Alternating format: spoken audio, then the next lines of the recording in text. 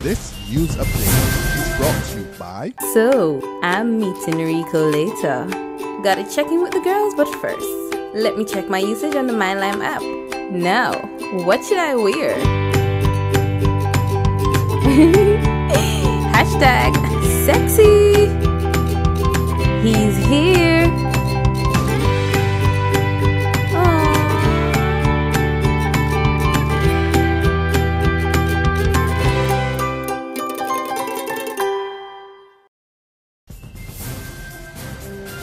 It's Friday, March the 13th, 2015, and this is your Barbados Today morning news update. I'm Emmanuel Joseph. Good morning. We begin with news that a major crackdown is underway against public service vehicle lawbreakers, with about 20 permits already being revoked. A tough-talking chairman of the Barbados Transport Authority, Abdul Pandor, told a news conference yesterday that they will be targeting the owners of PSVs. Pandor is also warning offenders, including those who refuse to wear the required uniform, that the kindness of the past must not be taken for weakness. Some people take kindness for weakness. You're generous, you're trying to work with everyone, and they think you're too soft.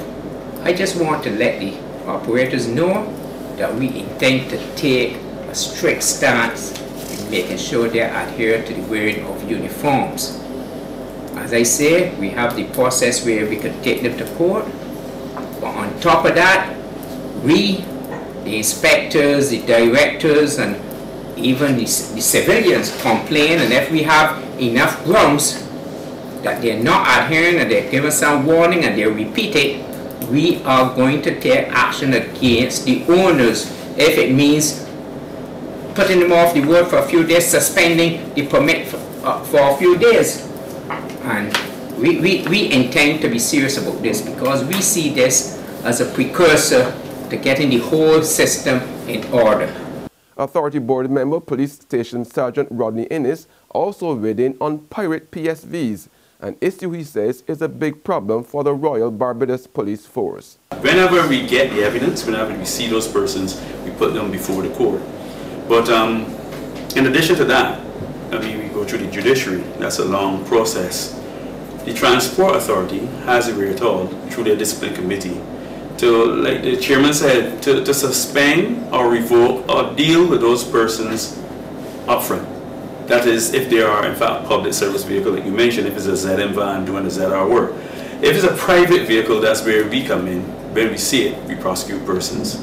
Obviously, if you are playing a route in a private vehicle and you're one of the passengers, it would mean that the evidence will have to come from either the driver or the passenger to indicate that you've paid the fee. And we recognize that, again, that's a loophole. Many of the passengers do not want to come and give evidence, written evidence, statements to the police to that fact. So it's kind of difficult to enforce. But whenever we see it, we try to do moral suasion and we try to enforce when we do have the evidence. With the operations of CLICO International Life remaining under heavy public scrutiny, the former Chief Executive Officer of the Rayside Construction Limited, Marquita Rayside, is questioning how ownership of upscale property at Westmoreland in St. James ended up in the hands of former CIL boss Leroy Parris. The property, reportedly now valued at $2.2 million, was recently listed among several owned by Parris in an affidavit prepared by his attorney Hal Gollock QC. However, Rayside, who was made redundant by the company in December 2005, said up until that time, lot number 15 was part of the company's assets held by the then Barbados National Bank.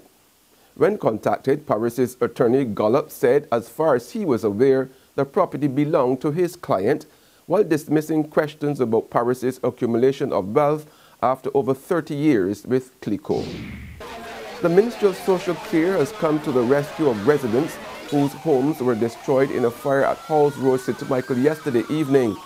6 people were left homeless in the blaze that destroyed 2 houses and damaged 2 others.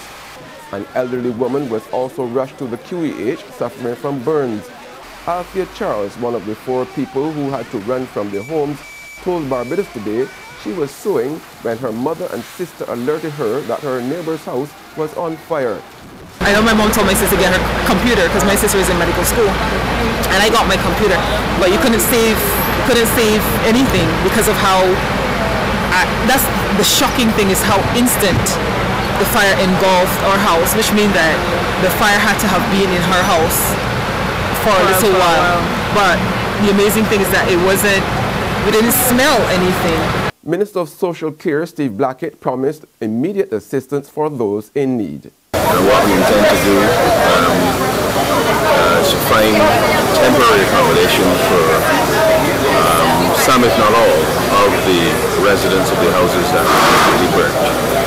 Of course, with those services come immediate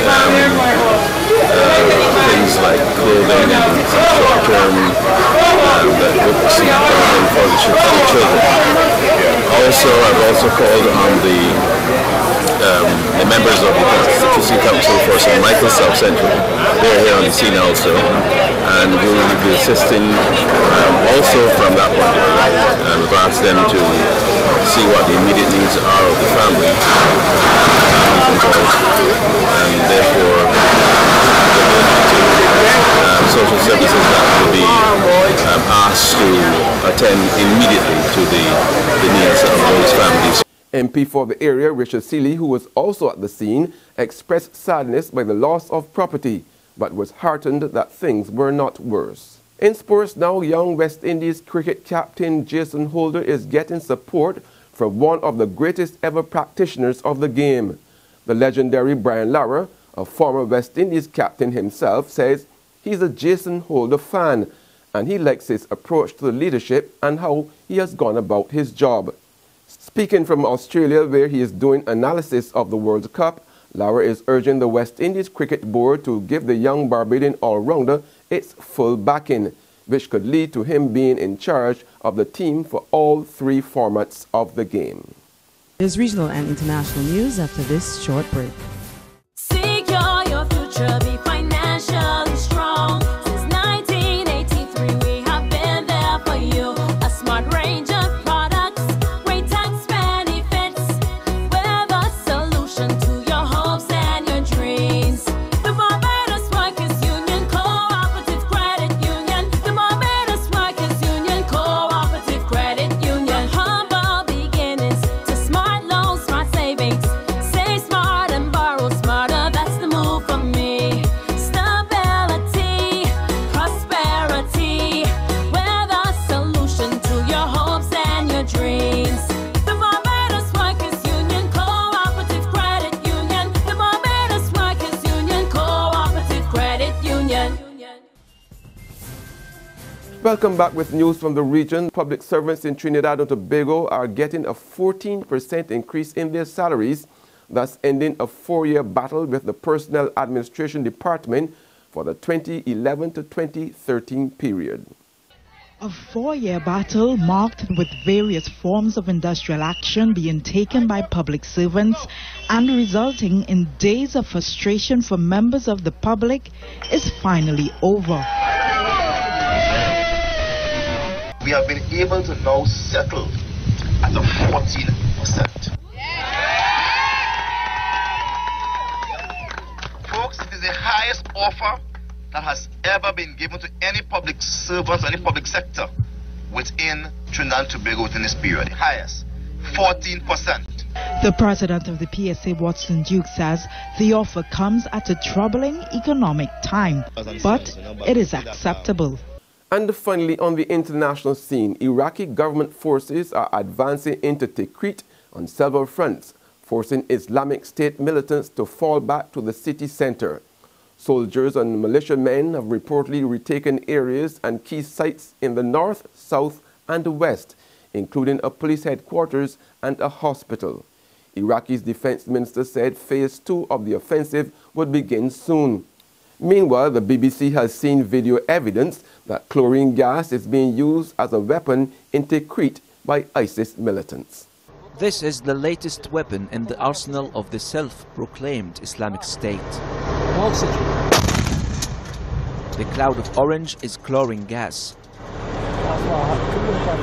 First used in World War I, it's now being adopted on the battlefield in Iraq. Shot by the Iraqi bomb disposal team, this video shows the crude tactics designed to spread panic among the ill-equipped soldiers.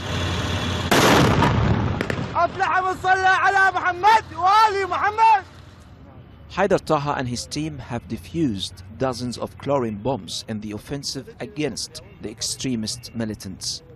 He says their strategy reflects how desperate they have become. They've resorted to this new method. They're putting chlorine inside these homemade roadside bombs, which is toxic for those who inhale it. And that's our Barbados Today morning news update, but you can join us again this afternoon. Until then, remember to log on to www.barbadostoday.bb, subscribe to our e-paper and email updates, or like us on Facebook. You can also catch us on Izumi Media in bus terminals or screenplay at supermarkets and gas stations near you. Also tune into Channel 101 on Lime TV and Mix 96.9 FM to get all the latest news and sports. I'm Emmanuel Joseph. Have a fantastic day. This news update is brought to you by... So, I'm meeting Rico later. Gotta check in with the girls, but first, let me check my usage on the MyLime app. Now, what should I wear? Hashtag sexy. He's here.